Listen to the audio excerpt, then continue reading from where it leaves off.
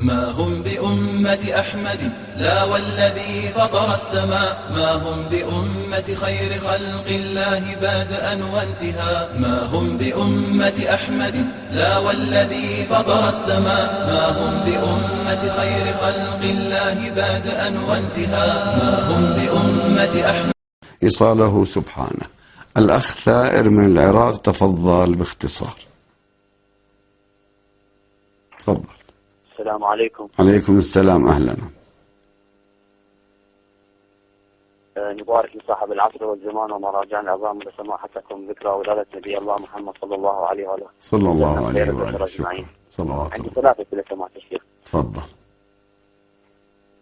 سيكذبهم. أما السؤال الثالث سماحة الشيخ. نعم. إنه ما رأيكم في ظاهرة مثلث برمودا، وهل مسألة الجزيرة الخضراء تنطبق على هذا المثلث، وخاصة وأن سمعت بعض الخطباء ينوه على أنه قد يكون له علاقة بهذه الجزيرة. شكرا لكم. شكرا لكم. عليكم السلام. ثائر يسأل عن أيها الأخ، وشكرا. مثلث برمودا والجزيرة الخضراء تكلمنا عنهم.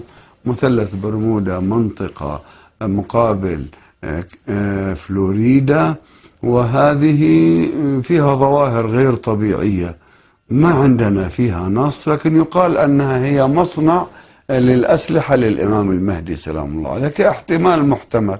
والجزيرة الخضراء منطقة موجودة في المحيط الأطلسي متصلة بأسبانيا، ويقال أنه كانت دولة لأولاد الإمام سلام الله عليه في فترة من التاريخ، وكان هو يزورها. هذا قابل للإثبات التاريخي.